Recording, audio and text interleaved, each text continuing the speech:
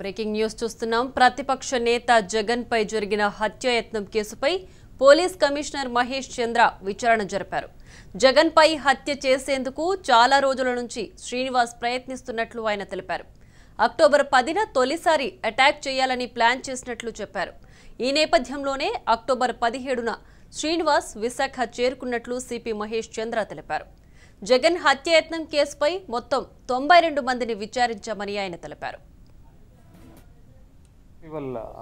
Dasara festival వల్ల so 17th evening flight or night flight Jagan garu తీసుకున్నారంటే he could not execute the plan. So his plan was to do it on 18th initially. ఈ 18th ముందు కూడా చెప్పారు 14th or 15th మధ్యలో that మీరు చూసుకోండి, నేను టీవీలో వస్తాను, మీరు నాకు చూసుకోండి రేపు. So then she just laughed it, ఏదో ఒకలాగా మాట్లాడుతూ ఉంటారు కదా. So she did not take it seriously. దెన్ టీవీలో ఎలా వస్తాయి అంటే నేను అలాగా జగన్ మీద దాడి చేస్తాను, this fellow is told. So ఆమె కూడా సీరియస్గా తీసుకోలేదా and this nothing has happened, so that kept quiet. అది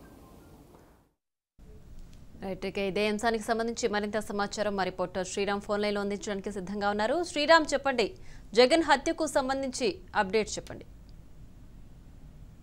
ప్రియా, జగన్ పైన హత్యాయత్నం కేసుకు సంబంధించి ఈ రోజు విశాఖ సిపి లడ్డా మీడియా సమావేశాన్ని నిర్వహించారు. ప్రధానంగా గత ఏడాది అక్టోబర్ 25న విశాఖ ఎయిర్పోర్ట్ లో జగన్ పైన శ్రీనివాస్ అనే యువకుడు హత్యాయత్నానికి పాల్పడ్డాడు.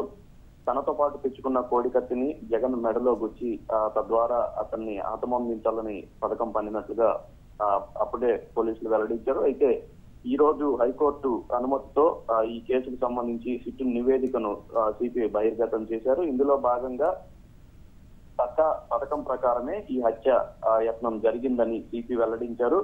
ఈ కేసులో విచారణలో భాగంగా 92 మంది సాక్షులను విచారించినట్లుగా తెలిపారు. మొత్తం కేసుకు సంబంధించి పథకం రూపొందించినప్పటికీ అన్ని శ్రీనివాసేనని, దీనికి సంబంధించి వేరెవరి పేర్లు కూడా లేవని ఆయన వెల్లడించారు. సాక్షుల విచారణ దీనికి మద్దతుగా ఉపయోగించుకునేందుకే తప్ప వాళ్ళెవరూ కూడా ఈ ఘటనలో ప్రమేయం లేదని కూడా చెప్పారు.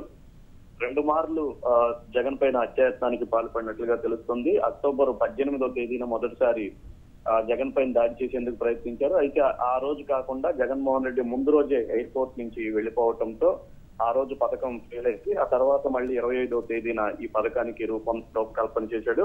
ముందు రోజే ఒంగోలు జిల్లాకు సంబంధించిన 2 మహిళలకు ఫోన్ చేసి రేపు మీడియాలో తన పేరు వస్తుంది చూడమన్నట్లుగా చెప్పాడు. ఆ తర్వాత ఈ ఘటనకు పాల్పడినట్లుగా చెప్పాడు. మొత్తం 321 ఫోన్ కాల్స్ ను దానికి సంబంధించిన సమాచారాన్ని సేకరించి విచారణ కొనసాగించామని, 10 ఫోన్లు అలాగే ఈ లెటర్ ఏదైతే రాశాడో దానికి సంబంధించిన లేఖను కూడా ఫోరెన్సిక్ ల్యాబ్ కు పంపించామని, ఫోరెన్సిక్ రిపోర్ట్ కూడా వచ్చిందని సిపి వెల్లడించారు. అయితే దీనిలో వేరెవరి ప్రమేయం లేదని, ఏ రాజకీయ పార్టీ ప్రమేయం కూడా లేదని సిపి స్పష్టం చేశారు. ప్రియా, రైట్. శ్రీరామ్, అయితే శ్రీనివాస్ అదే పనిగా నేను జగన్ అభిమానిని, అతని పైన సానుభూతి రావడం కోసమే ఇదంతా చేశానని ఇంతకుముందు మనకు చెప్పడం జరిగింది. అయితే ఇప్పుడు పక్కా ప్లాన్ ప్రకారం చేసినట్లు మనకు పోలీసులు వెల్లడిస్తున్నారు. దీన్ని ఏ విధంగా తీసుకోవచ్చంటారు?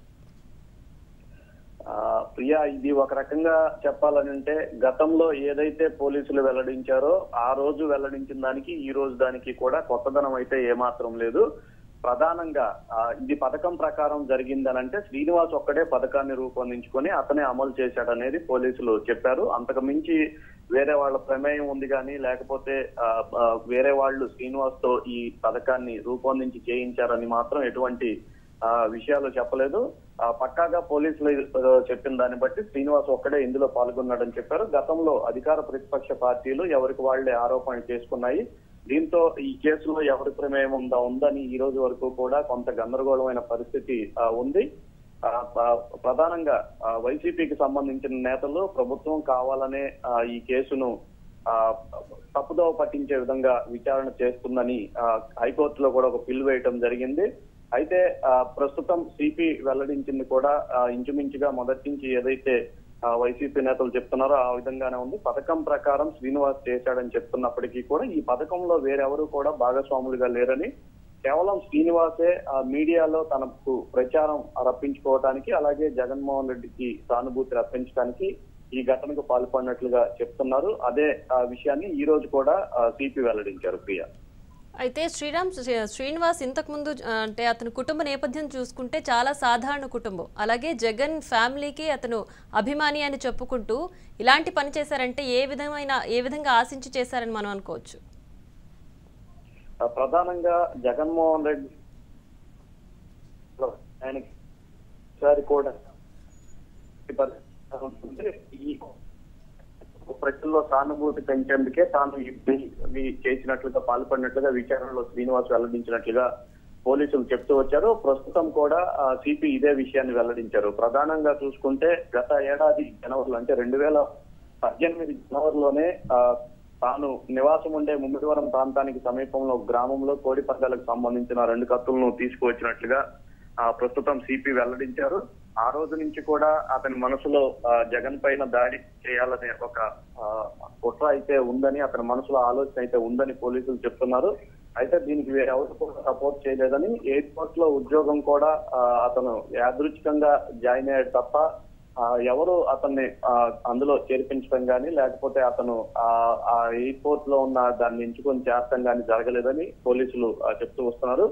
ప్రధానంగా జగన్మోహన్ రెడ్డి వచ్చే ఎన్నికల్లో అంటే గెలవటానికి ఈ సానుభూతి పనికొస్తుందనే ఉద్దేశంతోనే శ్రీనివాస్ ఈ పథకాన్ని రూపొందించినట్లుగా పోలీసులు కూడా వెల్లడిస్తున్నారు. ప్రియా, రైట్. అయితే ఇప్పుడు సిపి ప్రకటించిన నేపథ్యంలో దీనికి సంబంధించి వైసీపీ నేతలు ఏమంటున్నారు? ప్రధానంగా కుట్ర దాగి ఉంది అనే విషయాన్ని తాము మొదటి నుంచి చెప్తున్నామని వైసీపీ నేతలు స్పష్టం చేస్తున్నారు. ప్రస్తుతం పోలీసులు మాత్రం ఈ విషయాన్ని ఒక్కదాన్ని రూఢీ చేశారు. ఈ వ్యవహారంలో జరిగిందనే విషయాన్ని పోలీసులు చెప్తున్నారు. అయితే శ్రీనివాస్ మాత్రమే ఈ మొత్తం ఆ పథకాన్ని రచించి దాన్ని ఆచరణలో ఇతర పార్టీలకు సంబంధించి కానీ ఇతర వ్యక్తులు కానీ ఎవరు కూడా దీనికి సంబంధం లేదని కూడా చెప్తున్నారు. విచారణ సందర్భంగా కొన్ని పేర్లు కూడా బయటకు వచ్చినప్పటికీ వాళ్ళెవరు ప్రమేయం కూడా లేదని, కేవలం శ్రీనివాస్ మాత్రమే వాళ్ళతో ఈ లెటర్ రాపించడం కానీ లేకపోతే కానీ ఫోన్లలో మాట్లాడిన సంభాషణల్లో కానీ అంతా శ్రీనివాసరావు వ్యవహారం తప్ప ఇతరుల ప్రమేయం ఏమీ కూడా లేదని పోలీసులు స్పష్టం చేశారు.